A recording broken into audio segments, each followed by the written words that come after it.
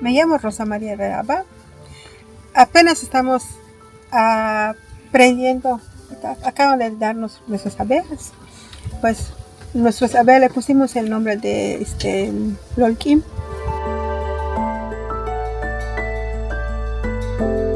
Me llamo Graciela Rodríguez Q. Yo también soy del grupo de las abejitas que estamos trabajando, que hay que cuidarlos así por lo de los bichos y de la mosca esa.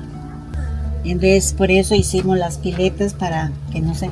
Pero también atrás tenemos que poner otras piletas hacia atrás para cuidar las abejitas porque ellas son delicadas.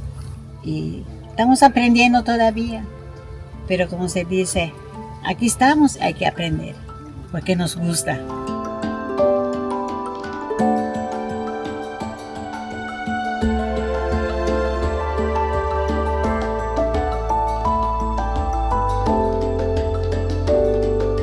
En general, existen aproximadamente 20.000 especies de abejas.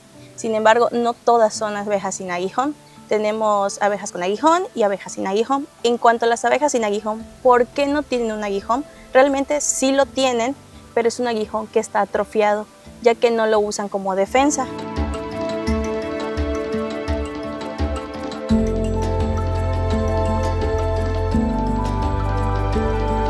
La Melicona becki, sí, en tiempos atrás, en la prehispánica, se utilizaba o se manejaba en jobones, troncos, cavidades de madera, cavidades de estructuras, que en la actualidad se ha ido tecnificando y ahora ya los manejamos en unas cajas tecnificadas, en el cual eso nos facilita pues la cosecha, la revisión y causamos menos destrozo en la estructura interna de las abejas. En una cajita de abejas está conformado por una abeja reina, ¿sí? El 90-95% son abejas nodrizas y un porcentaje son de los machos y unas 7 princesas. Las princesas son las que van a dar origen o suplir a la reina en algún momento que ella pues no se encuentre presente por mortalidad, por enfermedad o por algún descuido o manejo humano. La miel que producen en cantidades pueden ser 40 gramos, 40 miligramos. Es una miel que tiene muchas propiedades curativas, es muy usada en la cultura maya. Tenemos a la estrimelita. Esta abeja, una especie muy peculiar o conocida como las abejas limón, se encargan de ser cleptómanas. ¿Qué quiere decir? Que roban recursos o controlan recursos de cantidades de abejas que están muy presentes en ciertas áreas, ¿no? También tenemos a las nanotrigonas, que son abejas pequeñitas y también polinizan ciertas flores que son muy chiquititas por el tamaño que tiene esta abeja. Y también tenemos abejas más grandes como las xilocopas, que si bien no son las polinizadoras ideales porque ellas viven dentro de la madera muerta, se van a encargar de buscar estos nidos, podrían polinizar especies de flores que son mucho más grandes.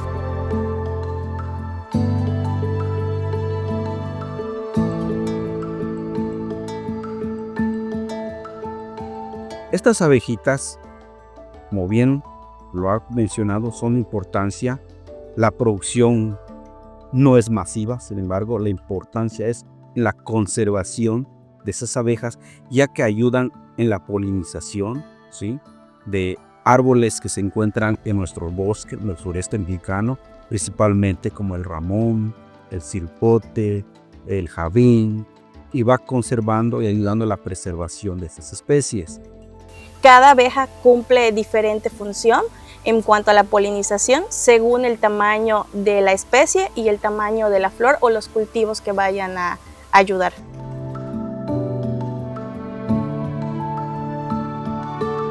Nada de así, herbicidas, ¿Por qué? químicas, porque les puede afectar a las abejitas. Cuando hay floración, entonces les puede afectar a ellos porque ellos salen a buscar las comidas afuera de la floración de las plantas que tenemos o del elote, del achiote, de la mata de China, de la mata de toronja, de todas las flores que estamos sembrando. Entonces, de ellos, ese polen que van a buscar ellos es donde ellos están trayendo la comida a los demás abejitas que están aquí.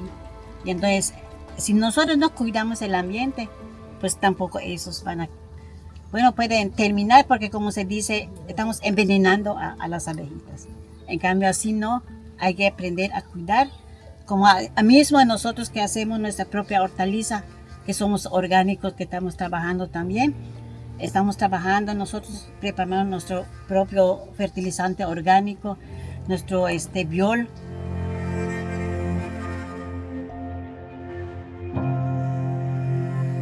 De los insecticidas que controlan insectos plaga, que son considerados plaga, la gran mayoría, 85-90% son neurotóxicos.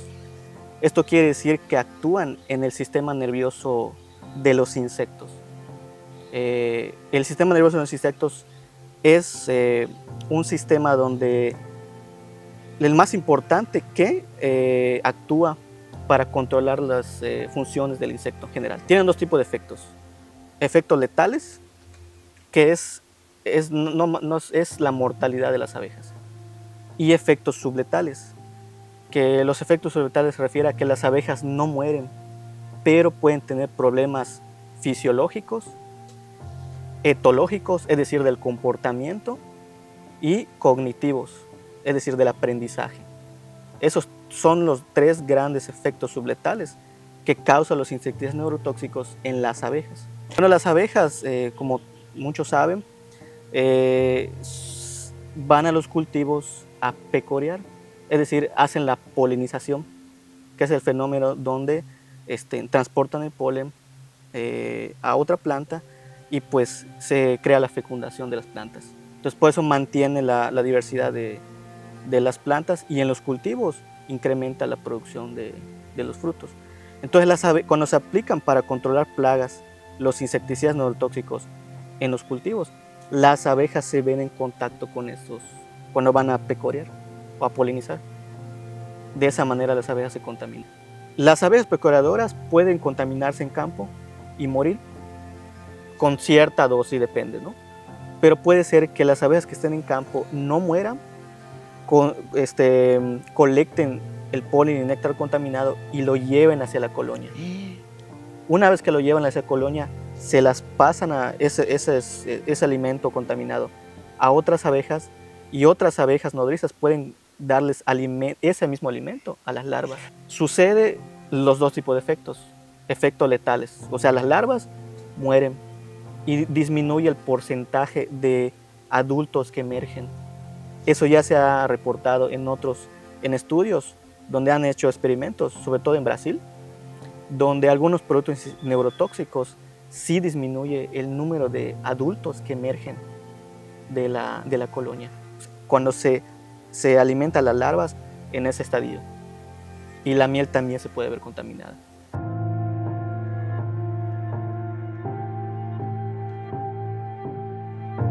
¿Por qué se tienen que usar estos insecticidas? Es una pregunta que siempre todo público se hace, ¿no? ¿Por qué si son tan tóxicos se siguen utilizando actualmente? Bueno, todos los cultivos sin excepción, desde que se plantan en un invernadero o a campo abierto, generalmente atraen insectos, pero muchos de esos insectos desarrollan poblaciones muy grandes que van a terminar consumiendo las hojas, las flores o los frutos de los cultivos y no nos dejarían nada.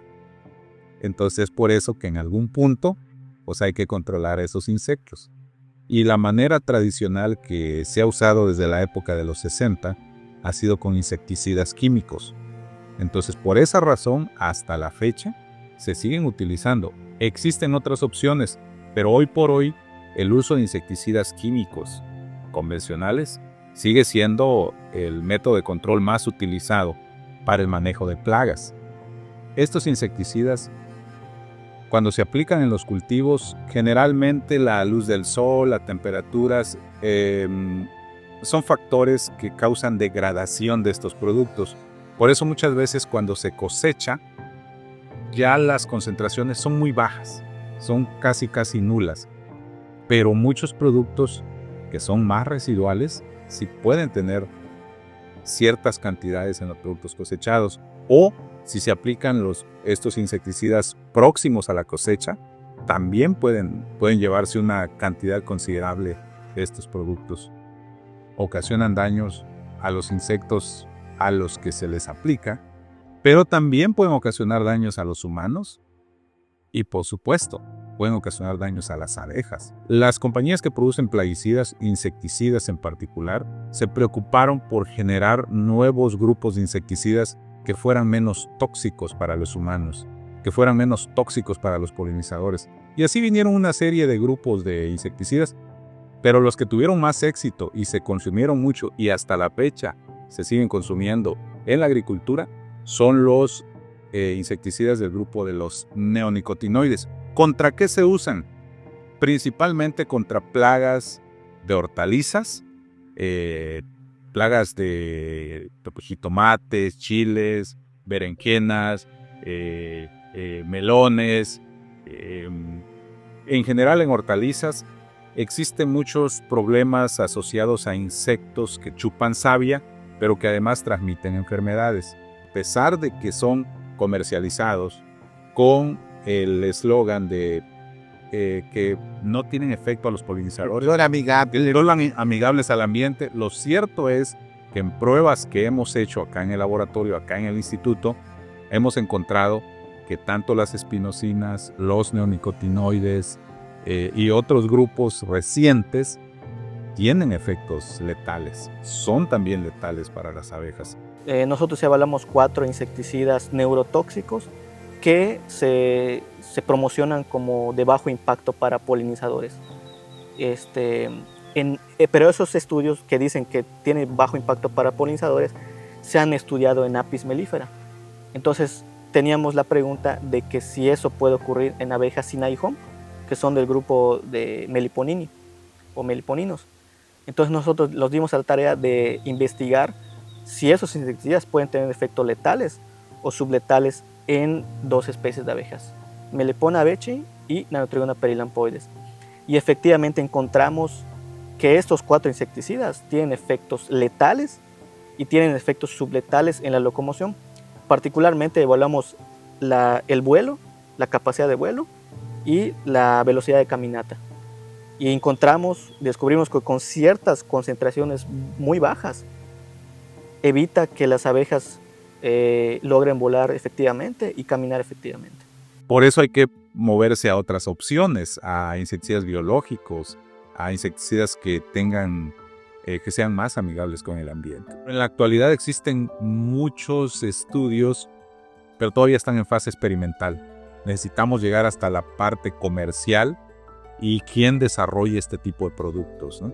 Porque al final sí se requiere de empresas, empresarios, una estructura bien definida para producir este tipo de compuestos, porque el objetivo es competir en el campo con los insecticidas químicos.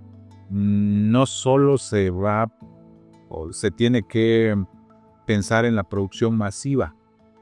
¿Por qué? Porque el mercado requiere no 2 o 4 litros, requiere 10,000 litros, 15,000 litros. Hay que hacer evaluaciones de impacto en polinizadores para tener la seguridad y la certeza de que estos productos realmente no sean nocivos para las abejas, porque esa es la alternativa que queremos traer.